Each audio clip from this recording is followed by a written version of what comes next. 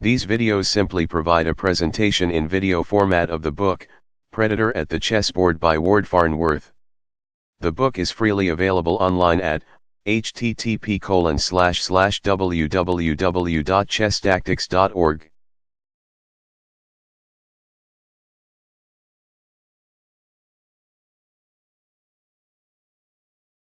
White to move. What is the best move?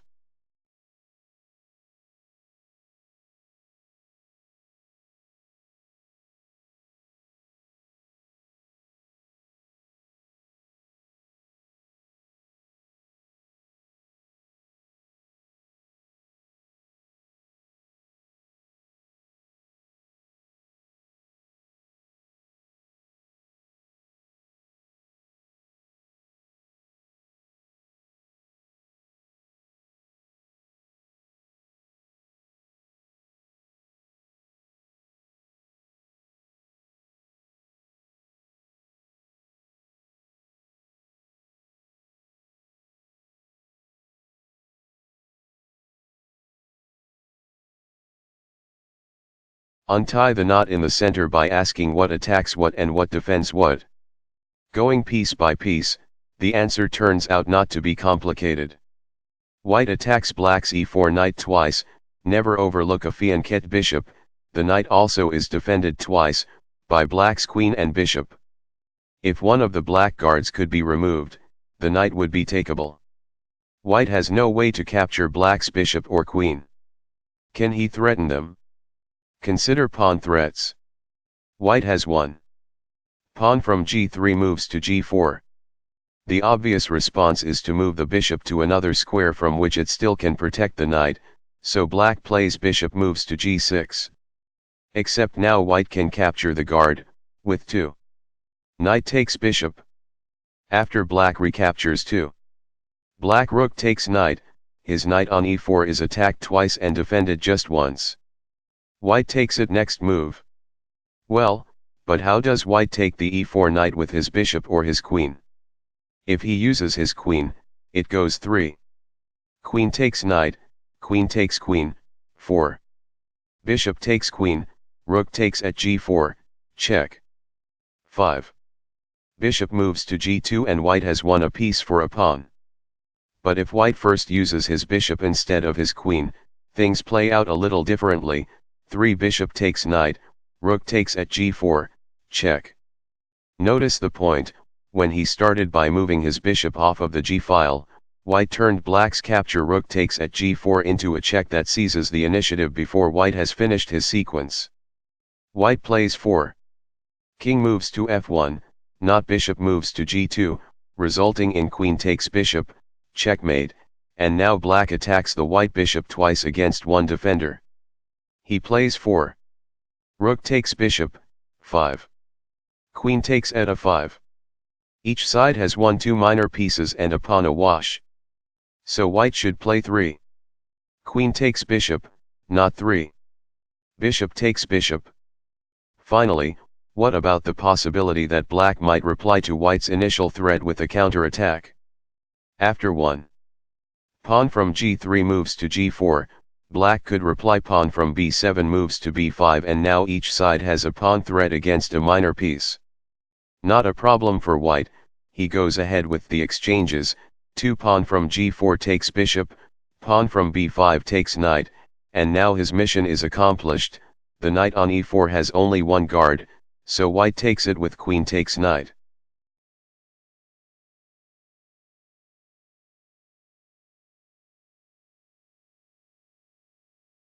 Black to move. What is the best move?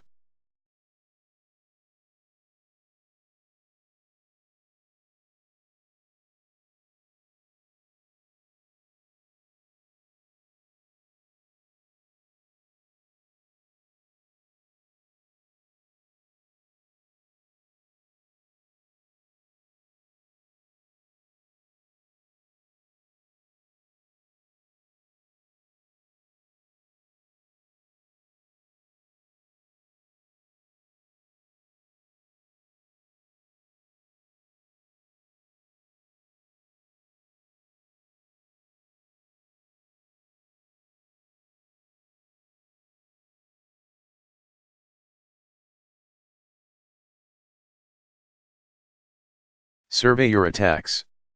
Black's rook and bishop attack white's knight on d5, which is protected twice, by a pawn and another knight. Black's queen attacks white's knight on e3, which is protected by a pawn and by white's queen. Black's knight attacks white's bishop on e2, which is protected by its queen. Can any of the defenders mentioned in those observations be captured or attacked? We saw that white's knight on d5 is attacked twice and defended twice. If one of its defenders were removed, it could be taken. One of those defenders is the pawn on e4. Black can capture it with pawn from f5 takes at e4, which also is a pawn attack on white's queen. Now what? White might consider queen takes at e4, replacing his lost pawn with a piece that still protects the d5 knight. But remember that white's queen had defensive work of its own to do on d3, it was protecting the bishop on e2. Once it leaves for e4, black has knight takes bishop, check. Winning a piece. Black's initial pawn move can be considered a capture or an attack on white's queen. The important point is just to see the train of thought that resulted one way or another in the removal of a valuable white guard.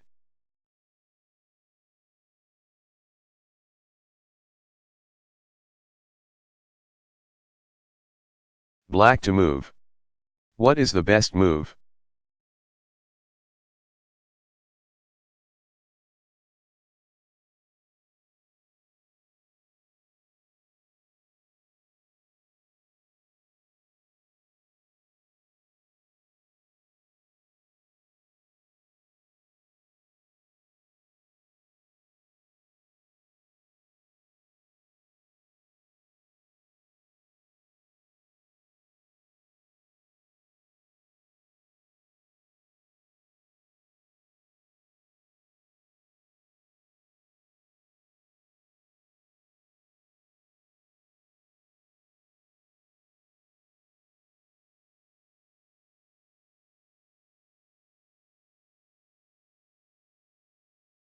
What does black attack? His rook attacks white's bishop, which is protected by two knights. His bishop on g7 attacks a knight. Put these together and you almost have something. Black could exchange away one of white's knights with one. Bishop takes knight, 2. Pawn from b2 takes bishop, and then the bishop on e2 would be attacked once and protected once. That doesn't achieve anything in itself, but it should cause you to turn your attention to the bishop's other guard, the knight on f4, to see if it might likewise be vulnerable. Black has no way to capture it, but pieces at the outer edges of the center often can be chased with pawns. Black plays 2. Pawn from g6 moves to g5, and the knight must flee, and there is no way for a knight to move and still protect the square it formerly did. Now black has 3. Rook takes bishop and wins a piece.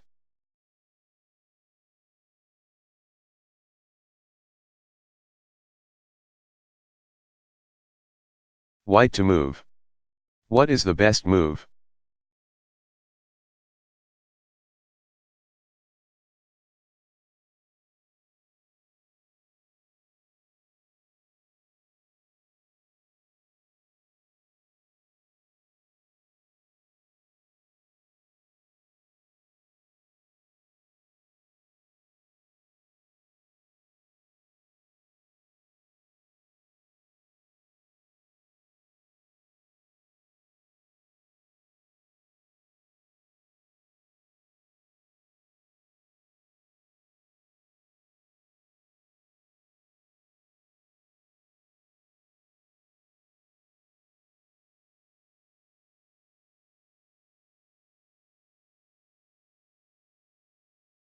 Lest chasing pieces with pawns seem too easy, consider a limitation on the idea. Look for potential captures white can make and you find queen takes rook. The good news is that the rook is protected only by a fellow piece, the knight on b5. The knight can't be taken, but white has a pawn to throw at it. Pawn from a 3 moves to a 4. It might seem that the knight must now flee, and that here as in the previous position black is left with a hanging piece for white to take. Not so. We encounter again a fundamental limitation on the use of attacks, like pawn from a 3 moves to a 4, to force results. in itself the move doesn't cost black anything, it merely threatens him with a cost. That means he still has time to threaten counter costs of his own. In this case black looks for a threat that he will be able to execute if white goes through with pawn from a 3 takes knight. He finds knight moves to d7. White's queen must retreat, which gives black time to likewise retreat his b5 knight and without worrying that this leaves his rook unsafe, since the rook's attacker has fled.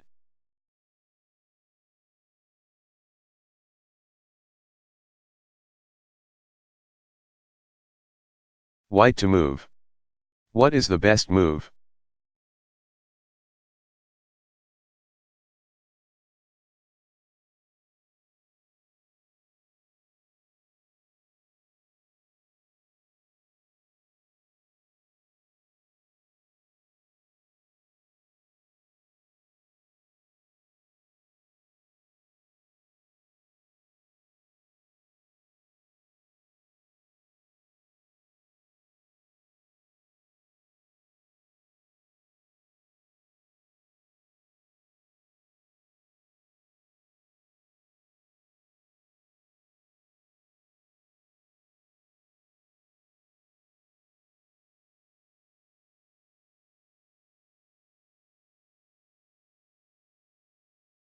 White has the power to play queen takes rook, but to make it work he first has to loosen the rook.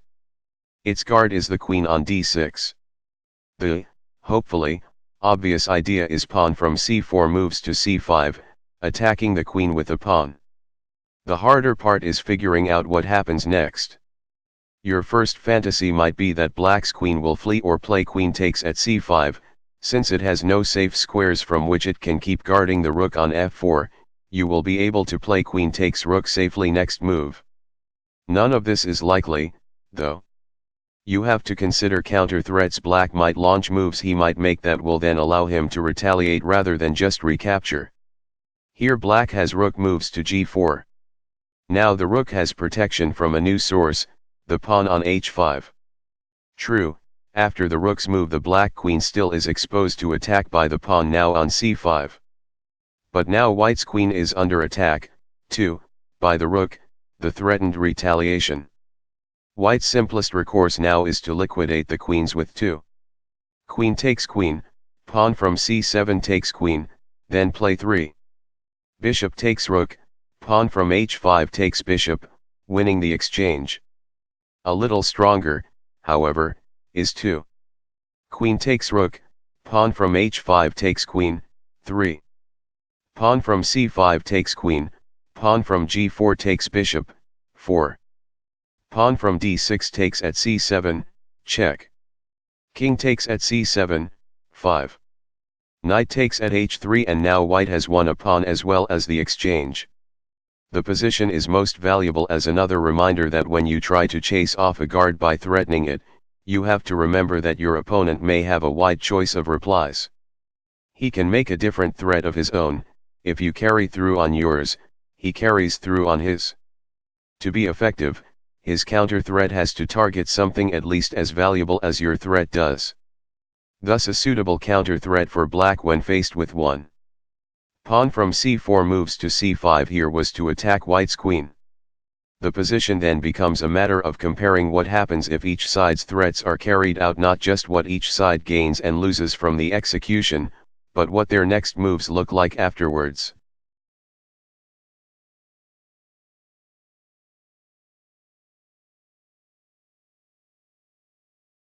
Black to move.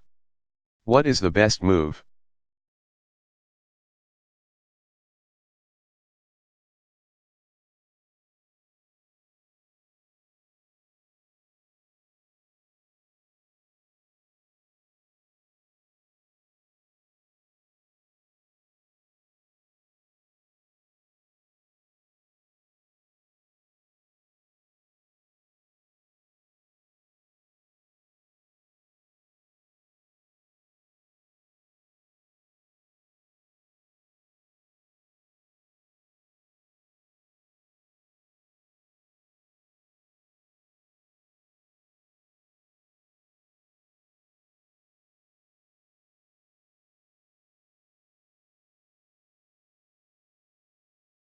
Blocking the guard, interference. Interference to loosen a piece. Suppose you see an enemy piece or square that you want, but it has protection. Your options, as we have seen, include capturing the guard, threatening it, or going after something else it protects. They also include this final idea, blocking the line between the guard and the piece or square it is trying to protect. You may be able to do this by planting one of your pieces between them, or by making a threat that causes your opponent to put one of his pieces between them. This motif is useful to understand, but since several conditions are needed to make it work, it does not arise as often as the others. We will not spend as much time on it as we have on the other methods of removing the guard. Like much of chess, interference is all about lines. The first order of business in the study to the left is to note your possible captures, and in this case black has just one. His queen attacks white's rook. The rook is guarded by its queen. Can the protection be removed? There is no way to capture white's queen or drive it off with a threat or take anything it protects. But look at the diagonal between the queen and rook. Might black obstruct it? Yes, he has a piece that can get there, and with check. He plays knight moves to e4, check. White's natural response to such an obstruction would be to take it with his queen, but the knight has protection from the pawn on d5.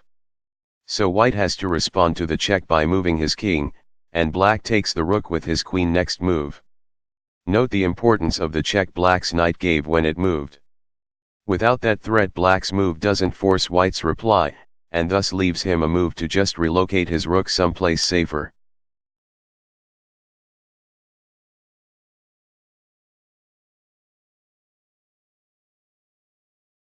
White to move.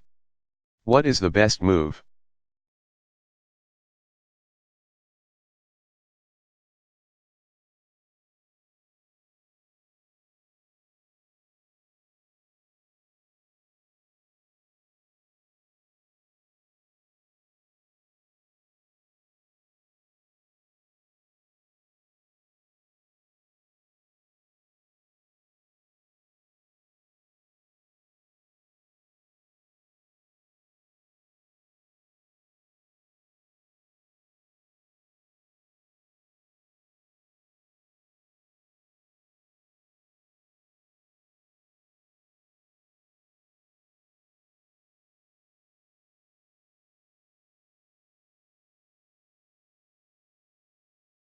Survey white's possible captures and you find queen takes knight and rook takes rook.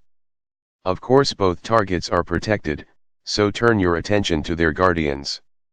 See the vulnerability in the black queen's protection of the rook on h4, white's pawn on f5 can step between them, and with protection. The move attacks black's queen, so he has to do something about it. If he plays queen takes at f6, white has queen takes queen, check. Black then takes white's queen with his g4 knight, and white follows by at last playing rook takes rook, check. On the h-file the point all along. He has traded queens and won a rook for a pawn. If black instead replies to pawn from f5 moves to f6 by playing knight takes at f6, he blocks his rook's line of protection and so again lets it go in trade for the pawn. Part of what makes interceptions of this sort dicey is that, like the threats against the guard examined in the previous chapter, they often give your opponent wide latitude in choosing a reply. Here white's pawn push pawn from f5 moves to f6 threatens black's queen, but in addition to the moves just considered, black also can reply by taking the offensive with check, rook takes rook, check. With the idea of removing his queen from danger after white takes his king out of check. It is important to see this idea and not to be dissuaded by it. For after rook takes rook, check. White has the decisive reply queen takes rook, check. Never back down from considering every check, and now white will mate a move later, as his pawn on f6 seals off g7 as a flight square for black's king. The defensive idea illustrated by this last variation still is worth pondering. If an interfering move cuts off protection to a target and makes another threat, one line of response is to pick up the target and make trouble with it. Perhaps the trouble easily can be evaded, but its creation still buys time to then extinguish the second threat. 2.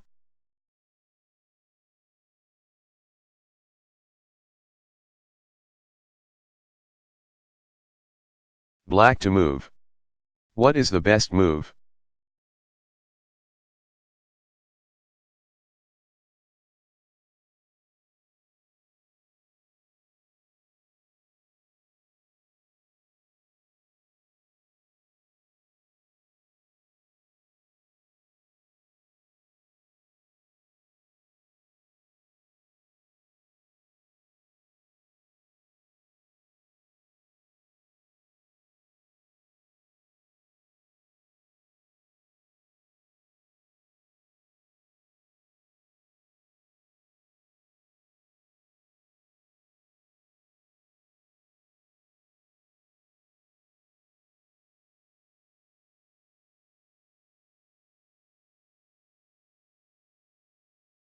Size up your capturing possibilities using the black pieces. Your queen, and the bishop behind it, attacks the knight on c3, your queen alone attacks the knight on g5. The g5 knight is protected by the bishop at d2, the c3 knight is guarded by its queen and, again, by the bishop on d2. What to make of this? Neither of your captures looks productive, but that would change if the effectiveness of white's bishop on d2 somehow were compromised. You can achieve that result by looking at the line between the bishop and the g5 knight and asking if you might disrupt it. A simple pawn push suggests itself. Pawn from e4 moves to e3, attacking the bishop and obstructing its path to g5. Black now wins a piece. If white takes the pawn with his bishop, his knight on c3 is left attacked twice and protected only once. Black wins it with queen takes knight, check. If white retreats his bishop, or plays pawn from f2 takes at e3, his knight on g5 is left loose.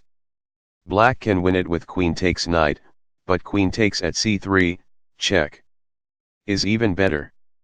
As noted a moment ago, when the e-pawn blocks the diagonal it also inflicts a threat against white's bishop, and notice that the threat is crucial. If white had not been kept busy by it, he would have had time to move his g5 knight to safety. This is one reason why pawn from f5 moves to f4 would not have been comparably effective for black, despite blocking the same diagonal. Another reason is that white then plays pawn from g3 takes at f4, and now his pawn guards the knight.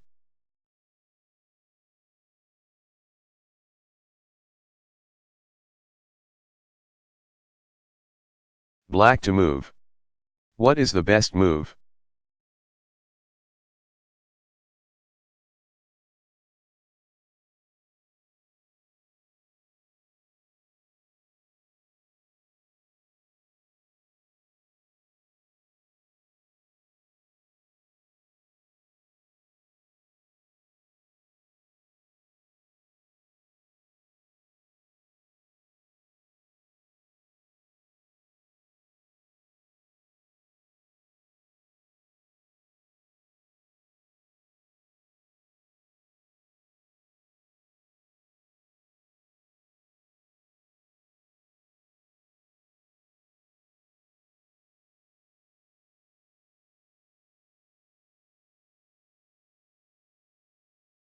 Black has one possible capture, bishop takes knight.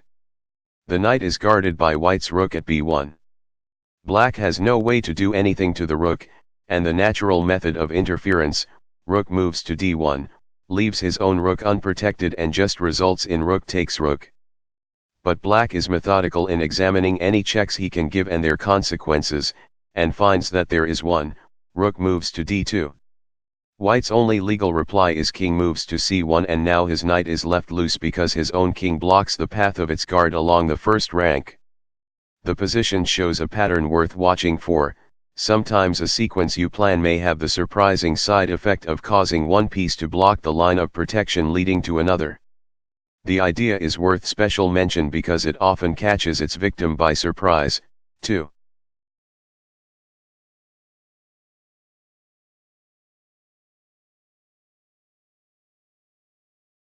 White to move. What is the best move?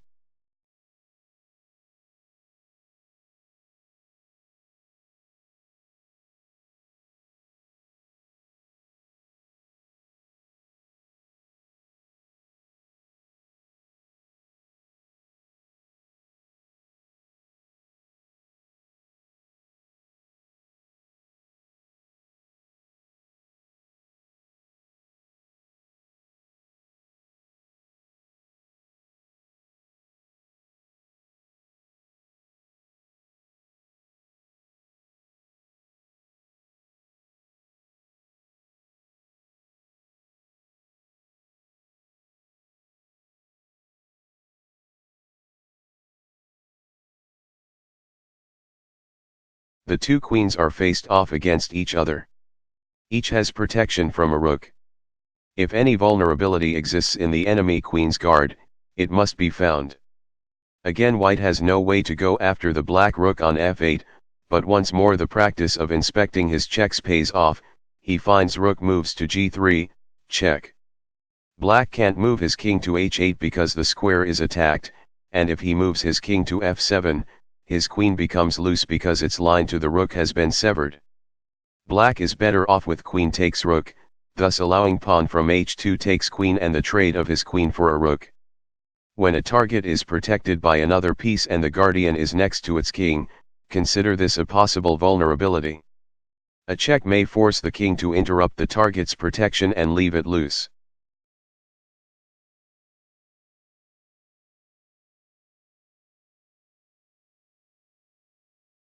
White to move. What is the best move?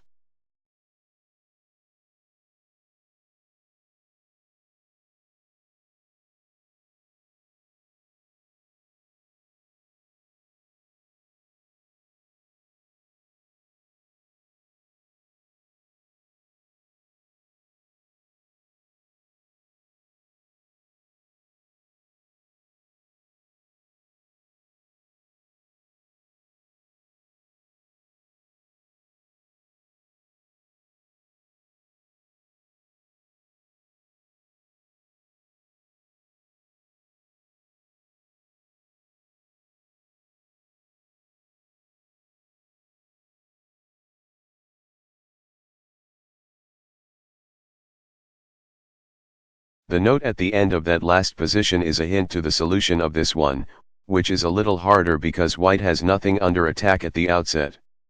Still, notice the precarious position of black's rook, its way out on the board, not loose but protected by a queen from far away. Perhaps the protection can be disrupted. That would be a visual approach to the position.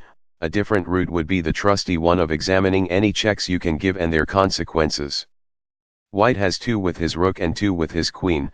The most interesting would be any check that also threatens the rook, which brings you to queen moves to d8, check. Since the e-file is off limits to black's king, he has to play king moves to c2 or king moves to c3. The most significant property of those moves is that either of them blocks the path from black's queen to the rook and so leaves the rook loose. White takes it next move.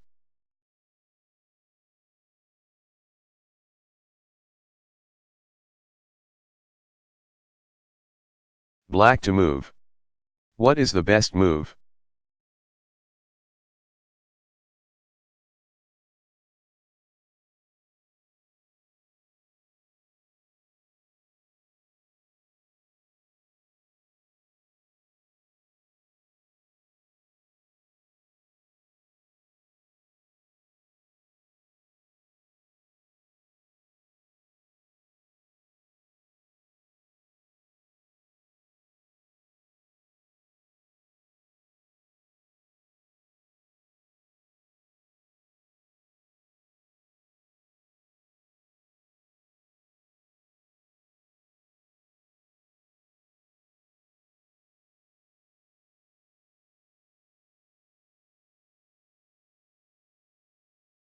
Survey what you attack, as black, and see, among other things, the possibility of queen takes knight, but white's queen on d1 guards the target. So turn your attention to the queen.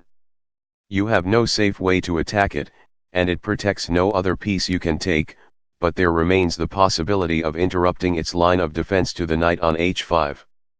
This you can do with rook moves to e2, the question is what follows from it. The important point of the move is that the rook is guarded by your queen from e5, so if white replies to queen takes rook, he loses his queen for a rook after 2. Queen takes queen. But now what if white doesn't reply queen takes rook? Then he is faced with queen takes knight. His best move thus is to launch an attack of his own with the threatened piece, to knight takes bishop. He is hoping you will recapture his knight, taking him off the hook, but you can do better. Look at the board as it then would appear, look for any checks you then would have, find rook moves to e1, check. A rook fork of white's king and queen. White is forced to reply 3. Queen takes rook, queen takes queen, check. 4. King moves to h2, forced, and now the priority of check has still kept alive black's ability to play, king takes knight. Soon black will be able to play queen takes at f2 as well. He ends up with a queen and knight and a pawn for a rook and a bishop.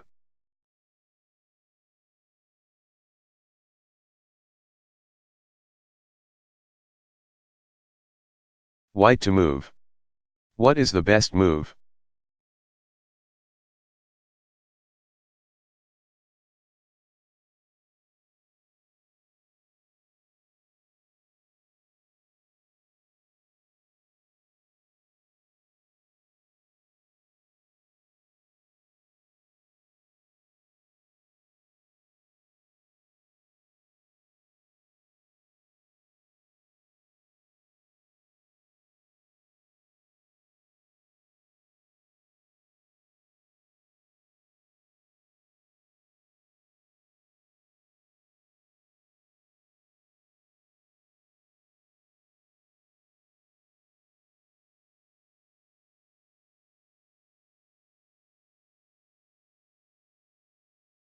White looks for captures to consider and sees queen takes rook. All that keeps him from playing it is the queen on h5. If its protection somehow could be eliminated, white would have the game. He has no effective way to threaten the queen. The best he can do is the knight fork. Knight moves to f6, check.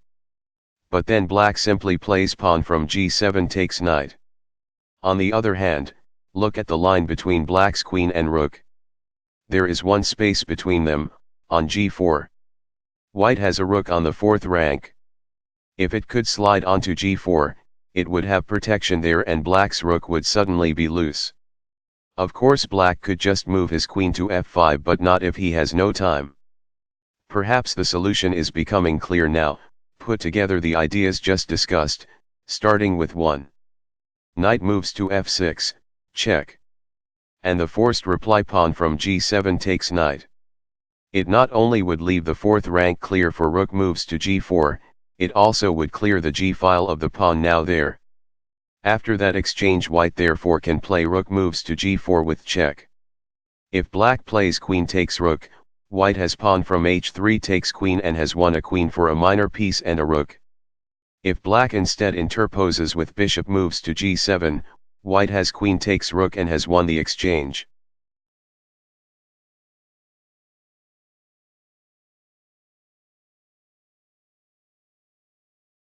White to move. What is the best move?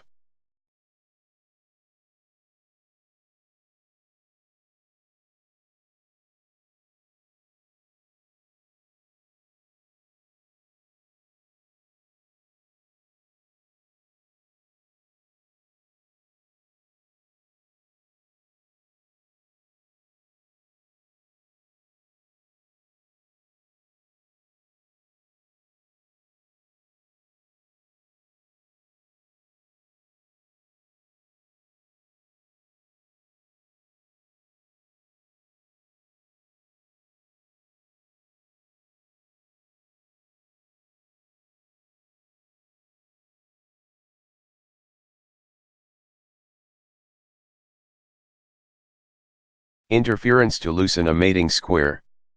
Block is the art of combination, unfortunately out of print at this writing, is a fine book on chess tactics.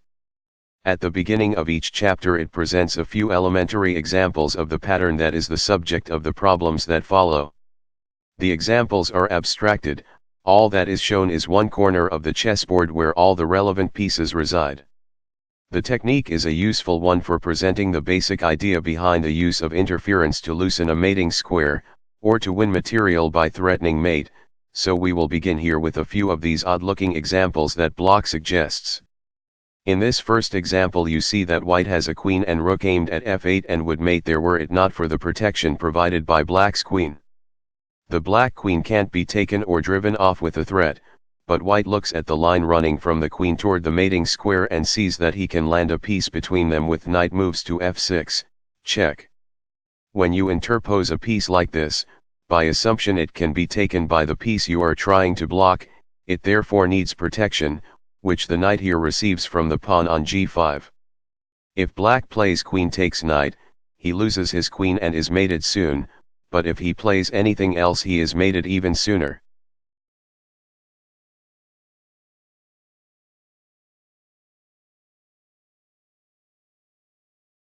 White to move.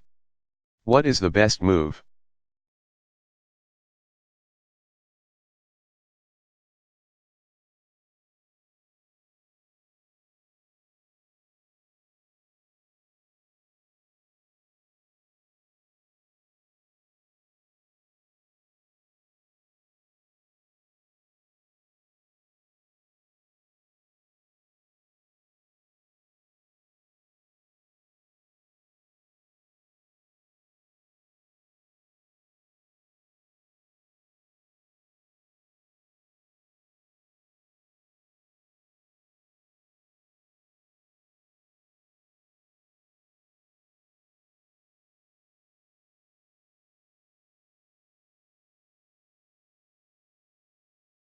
Again you see white's queen and another piece, his bishop, ready to pounce on a square next to black's king, this time deterred only by the protection black's queen supplies to f7. On this abbreviated board there is no way to get at the black queen directly. But a glance at its route to the mating square reveals a way to obstruct it. One rook moves to f6. Again the rook has protection against the simple queen takes rook, which otherwise would renew the black queen's protection of the square, and black's queen has no safe place it can go to protect it. The best black can do is 1. Queen moves to e6, 2. Queen moves to c5, check. Rook moves to e7, interposing. If black plays 2, queen moves to e7, interposing his queen, white has 3. Rook takes at f7, check. And 4. Rook takes queen. Assuming black sticks with rook moves to e7, play might go 3. Rook takes queen, pawn from g7 moves to g6, 4. Queen moves to c8, check. King moves to g7, 5. Rook moves to a6, rook takes at e5, 6.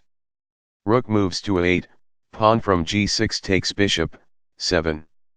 Queen moves to h8, check. King moves to g6, 8. Queen takes rook, where white wins a queen and a rook for a bishop and a pawn. Anything less precise by black is liable to get him mated. But the important thing to see here is the basic idea of 1. Rook moves to f6.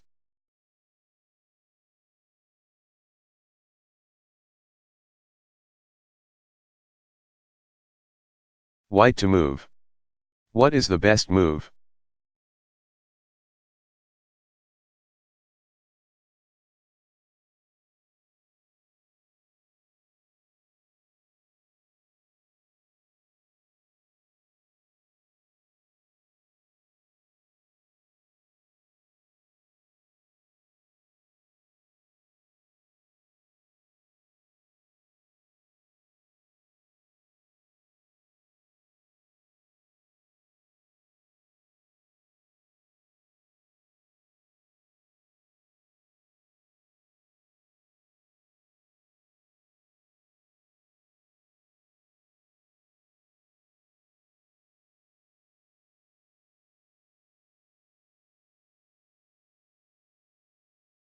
This time we have a white queen and rook directed at g7 but with a white bishop in front of them creating the kernel of a discovery. What to do with the bishop? Use it to block the path of the black queen that defends the mating square. Hence white plays bishop moves to f7, check. If black replies bishop takes bishop, white mates with queen takes at g7, checkmate. Black is better off sacrificing his queen with queen takes bishop, leading to rook takes queen for white. This avoids immediate mate, though it leaves white with a decisive material advantage and an eventual forced mate anyway with careful play.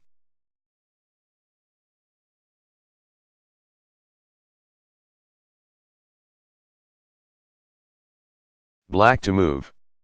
What is the best move?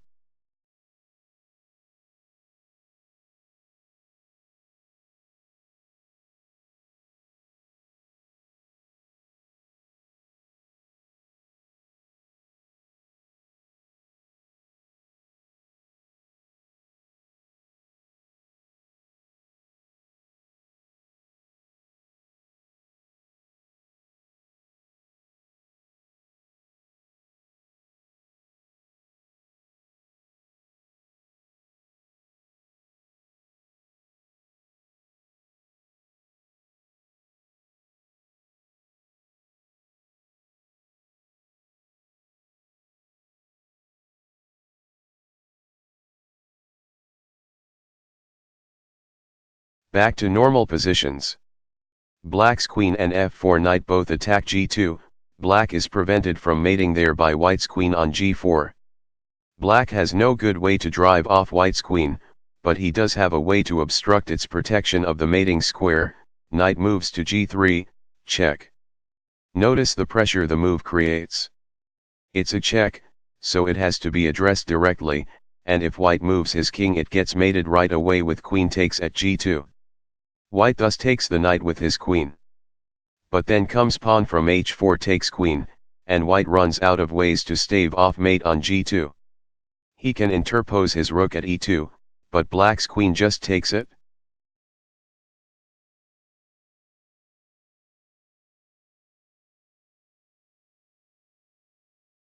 White to move. What is the best move?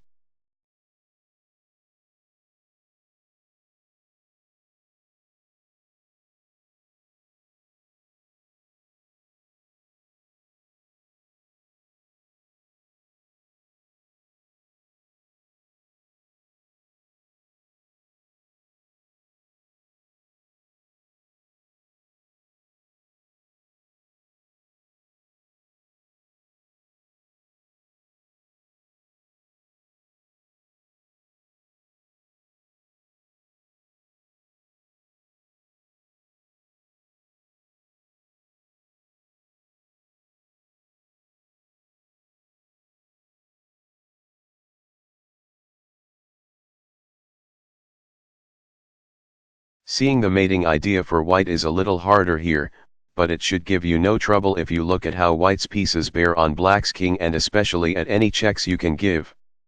The knight at f5 can give a check from e7, forcing black's king back to h8, and now with no defenders along his back rank black gets mated with rook takes knight almost. The impediments are, a. Black's bishop at b4, which guards e7 and f8, and, b. the knight on f6, which can be interposed on g8. Begin with the bishop. When you see a long line like this between guardian and mating square, consider obstructing it. White can insert his dark squared bishop onto the diagonal with bishop moves to c5, the queen behind the bishop, on f2, provides the protection needed to stop black from erasing the blocker with bishop takes bishop. White imagines the sequence thusly: 1 bishop moves to c5, bishop takes bishop, 2 queen takes bishop, pawn from b6 takes queen, then the mating finale 3. Knight moves to e7, check. King moves to h8, 4. Rook takes knight, check. And pawn from f6 moves to g8, 5. Rook takes knight, checkmate. That is the ideal sequence. Of course black is unlikely to cooperate in such docile fashion. The point is to realize that if he makes all of his natural captures and recaptures he will end up mated. This means that if he is alert he will have to forego one of those captures, and that the sequence instead will only win material. What is black's actual reply to bishop moves to c5 likely to be? Probably n pawn from f6 moves to d7, forfeiting his bishop to bishop takes bishop and instead bringing in a fresh guard for f8. A loose end. When you plan an offensive sequence you have to be mindful of any checks your opponent can throw into the mix, possibly seizing the initiative and spoiling your plans. Here black can try one. Black queen moves to a1, check. But it's met with bishop moves to f1 and so doesn't change anything. Another loose end, after 1. Bishop moves to c5, bishop takes bishop, 2. Queen takes bishop, black can skip the capture of white's queen and instead play knight moves to d7, again beefing up the protection for f8. But now it's too late to avoid mate, as becomes clear if you are resolute in examining your checks. 3 queen takes knight f8 plus, knight takes queen, and now, of course, 4 knight moves to e7, check. King moves to h8, 5. Rook takes knight, checkmate.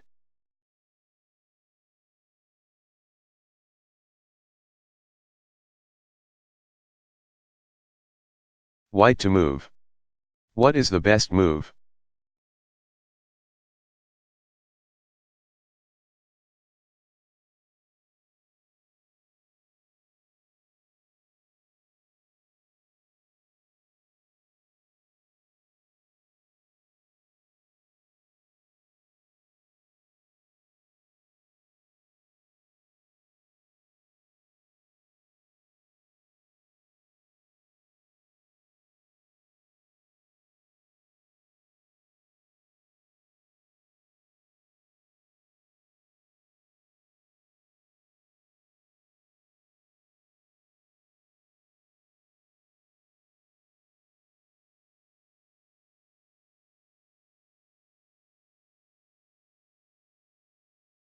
First you need to see white's mating threat, so start by studying black's king.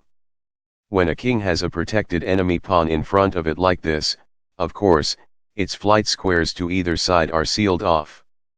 Since the other nearby squares are occupied, the king's only range of motion lies along the light squared diagonal leading to e8, this means that an attack against the king along that diagonal has lethal potential.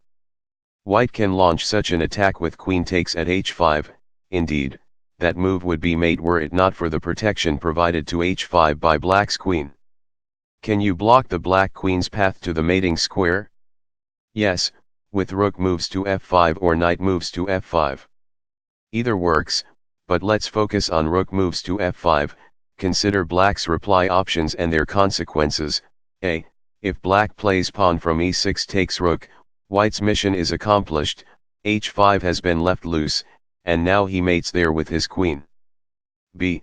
If black plays queen takes rook, white has knight takes queen, and an eventual forced mate. C.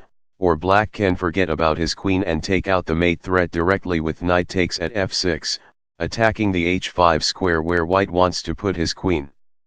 So white doesn't bother with that, instead he is content to play rook takes queen.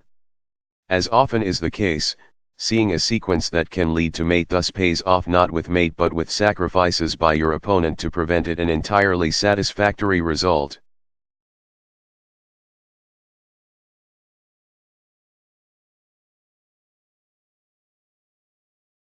White to move. What is the best move?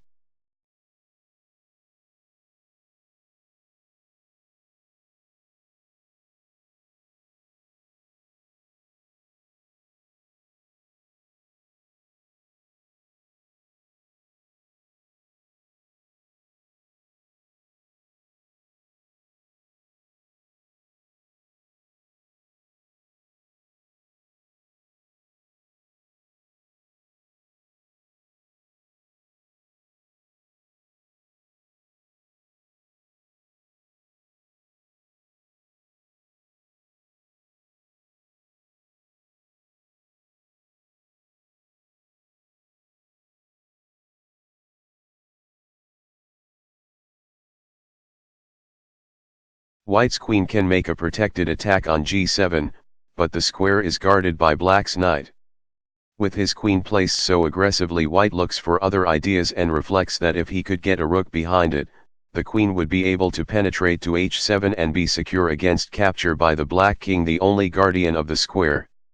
Observe the weakness of black's formation, see what potential for trouble arises when the king has no freedom of movement and is the only guard of a square next to it.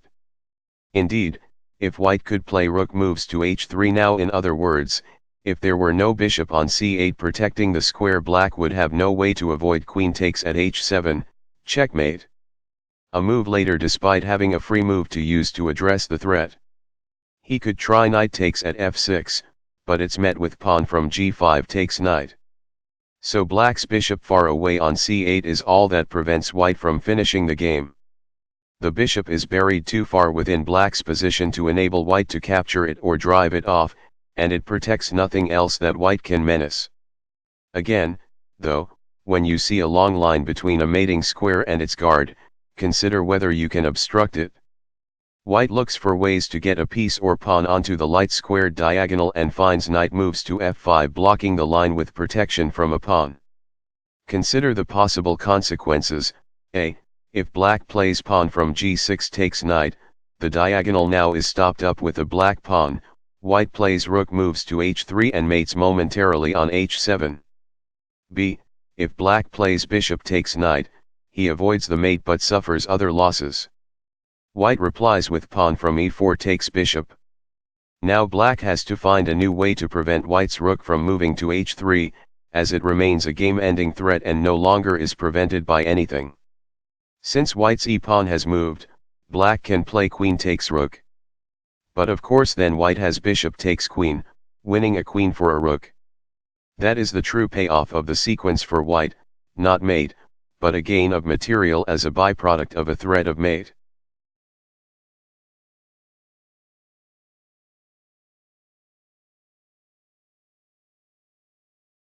White to move.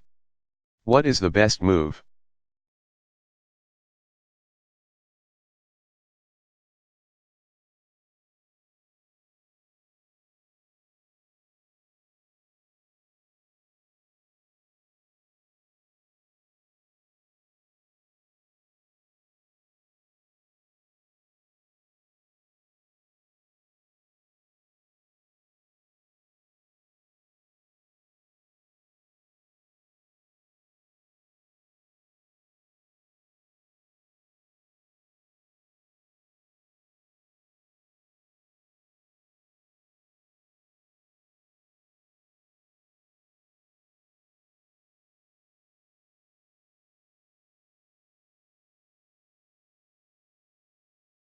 Now let's combine some guard removal themes. The crucial thing here is to see all of white's possible mating ideas. Rook moves to e8 almost does it, queen moves to f8 almost does it, so does queen moves to g8, or queen takes bishop f6, probably the easiest of the ideas to overlook. The problem is that in every case the needed square has protection. Indeed, in every case the protection is provided by black's queen. When the queen gives you so much trouble, your instinct should be to experiment with moves like rook moves to e8, check. A flush attack. Black has no choice but to take out the rook, and two ways he can do it. The first is queen takes rook, in which case the queen has been drawn away from the protection of f6, white mates there with his queen.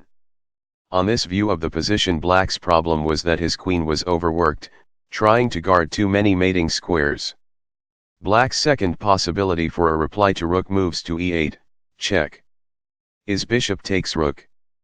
This creates a different problem for him. He has put his bishop between his queen and mating squares it was supposed to protect. Now white mates with queen moves to f8 or queen moves to g8. It becomes a case of interference. Black had no way to avoid mate by the time white reached this position, but there still is a defensive lesson to be learned. Anytime your king is stuck on the back rank and you are forced to make a capture there, be mindful of how it will affect the king's defenses. The movement of your pieces might affect your ability to fend off a mating attack by blocking the protection you are able to provide along the rank.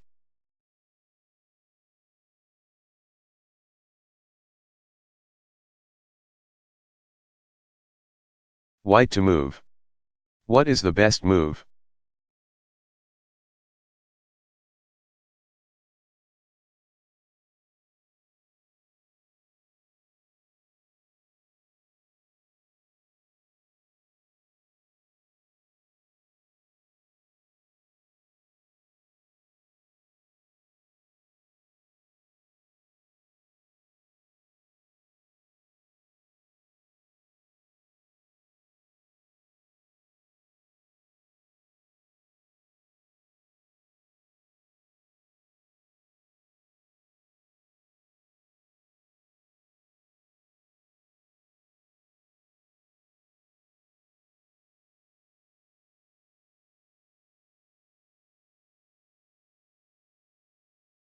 This position also combines our current theme with an earlier one. Black's king is confined to the back rank by the knight on f5. White has two heavy pieces he can put on the rank, his queen and rook, but black defends the squares they are able to reach with his rook, bishop, and queen. Meanwhile white's queen attacks black's bishop and queen, and the queen's only guard is the rook on b8. That pattern should ring a bell. A piece you can take that is guarded only by a rook on its back rank. In such cases we have seen that dropping a rook of your own onto the back rank, with check, may drag the enemy rook out of position to fulfill its defensive obligations. Here the idea for white would be 1. Rook moves to d8, check. Rook takes rook, 2. Queen takes queen. But there is a catch. Black can reply to rook moves to d8, check. With bishop takes rook, leaving his queen still guarded. Yet look at the board that then results and see what the bishop does on its new square, d8. It blocks the rook's path along the back rank and enables white to mate on the spot with queen moves to e8.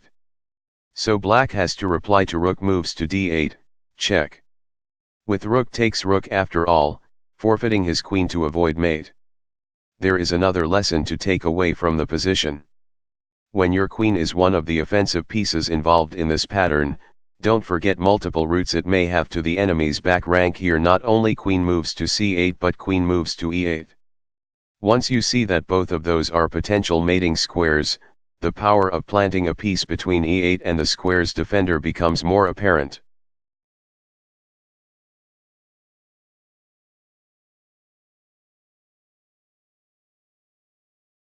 Black to move. What is the best move?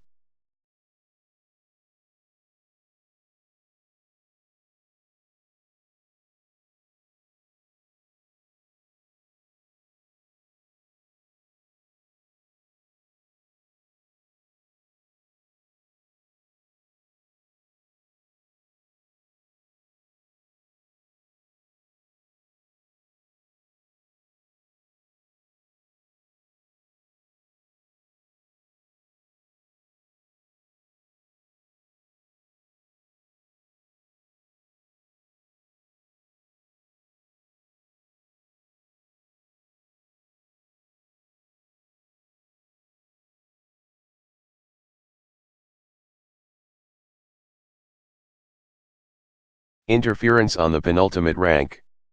Presumably you see that black's queen and knight are trained on h3, ready to deliver mate, except that white's queen protects the mating square from c3. With no way to take the queen and nothing else it protects that you might threaten, what to do? Clutter the line from the queen to h3 with 1. Rook moves to d3. If white plays 2. Bishop takes rook, notice the result, his queen's path to h3 is obstructed by his own piece, and black mates with 2. Queen takes at h3, check. 3. King moves to g1, queen moves to g2, checkmate. That leaves white with the unappetizing alternative reply 2. Queen takes rook, unappetizing not only because it loses the queen to 2. Knight takes queen, but because if white then plays 3. Bishop takes knight, black has the queen fork, queen moves to d6, check. Winning back a piece. Black's original move rook moves to d3 attacks the queen, but the idea also would work well enough with a black piece that had no such attacking potential. Imagine no black rook on d8 but a black knight on c5, moving the knight to d3 then has the same effect as rook moves to d3 in the position as illustrated.